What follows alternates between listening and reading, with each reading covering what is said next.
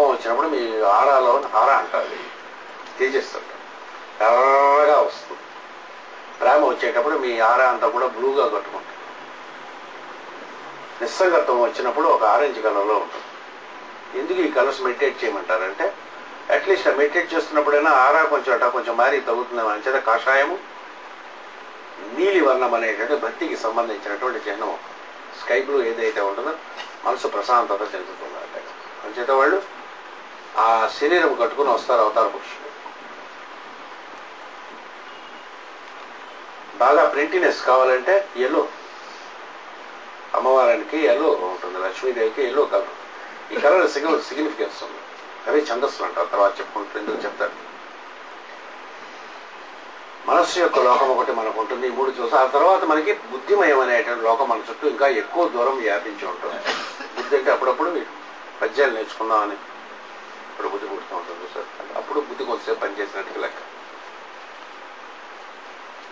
పద్యాల క్లాస్ వచ్చేస్తున్నాం కాబట్టి సీరియస్ క్లాస్ కాబట్టి పెన్ను కాగితం కూడా మనం తెచ్చుకుని రాసుకోవాలన్నట్టు కొంచెం అడిగిపోతున్నట్టుగా లెక్క. ఊరకనే పురాణానికి ఇలా వచ్చాడు అన్నమాట, కొంచెం బుద్ధి తక్కువ అనమాట, ఇంకా బుద్ధి ఎదగలేదని లెక్క అన్నమాట. బుద్ధిని వాడు ఏం చేస్తాడు, వచ్చేటప్పుడు క్లాసు కదా చెప్పుకున్నప్పుడు ఒక పెన్ను కాగితం తెచ్చుకుంటాడు, రాసుకోండి.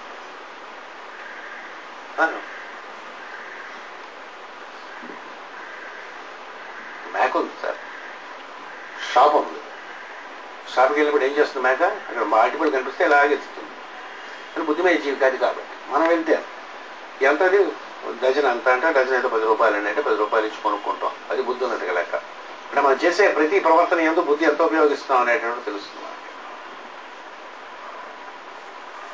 ఆ బుద్ధి అప్పుడప్పుడు పనిచేస్తున్నప్పుడు ఏం చేస్తామంటే వాళ్ళ నుంచి సాధన చేసుకుందాం, ప్రవర్తన మార్చుకుందాం. మాస్టర్ గారి ప్రేరు పొద్దున సాయంత్రం అది చేసుకుందాం. భగవద్గీత ఏదో కొంచెంసేపు ఎవడో ఎంఆర్ఎల్లో చెప్తాడు, కొని పావుగంట విందాం. ఇది పనికొస్తే లేకపోతే లేదు. పద్యాల క్లాస్కి వచ్చేటప్పుడు పెన్ను కాగితం తెచ్చుకుందాం, బుద్ధి వస్తుంది. కొంచెం బుద్ధి అది పుడుతూ ఉంటుంది అన్నది. అంటే అక్కర్లేని చాట్లు ఈ చెత్త ఉంటాయి కదా, ఏంటది చాట్లు ఏమిటంటే వేడిగా ఉడుతూ ఉంటాడు అక్కడ. ఏంటంటే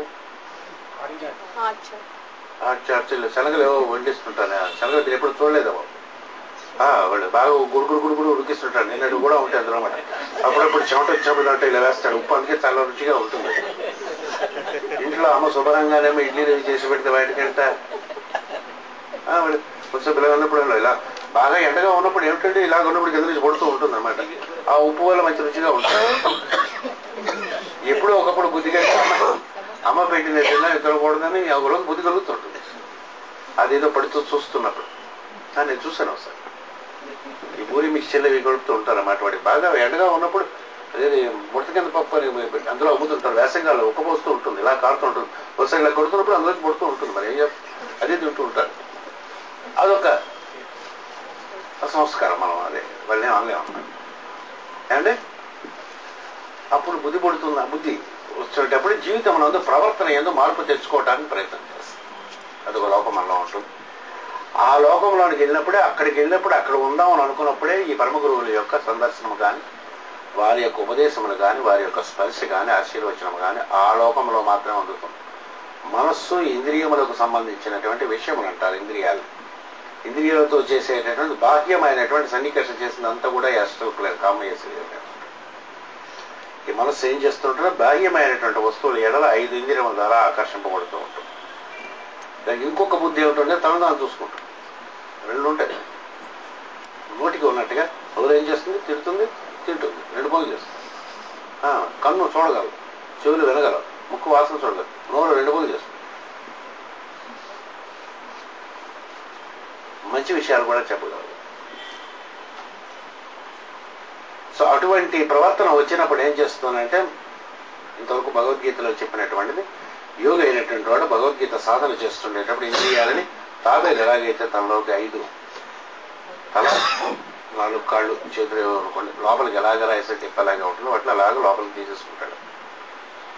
మనస్సులోనికి వెళ్ళిపోయి మనసు తను తాను చూసుకోవటం ఉండేటప్పుడు ఎప్పుడైతే మొదలుపెడుతుందో తను తను చూడటం అనేటటువంటిది బుద్ధి లోకంలోకి ప్రవేశించడం. ఎప్పుడైతే బుద్ధిమయ లోకంలోనికి ప్రవేశిస్తాడో ఈ బికమ్స్ ఏ క్రియేటర్. అంటే positive will to create good అనేది బుద్ధి అండి. Something good, to will something good, to think something good. Good అంటే 3 రకాలు ఇప్పుడు చెప్పాం మధ్య. అవతల వాడు నీకేం చేయాలనుకున్నాడు అది నీకు చేయడమే అన్నాడు. అందుకని అక్కర్లేదు, డెఫినేషన్ ఏమక్కర్లేదు. అవతల మన ఏడా లేకుండా అనుకుంటున్నాం, నేను ఏం తప్ప చేసినా సరే వాడు క్షమించేయాలి. ముందు నువ్వు క్షమించన్నాడు. ప్రతివాడు మనం అండర్స్టాండ్ చేసుకోవాలి, ముందు అవతల వాడిని అండర్స్టాండ్ చేసుకోవాలి.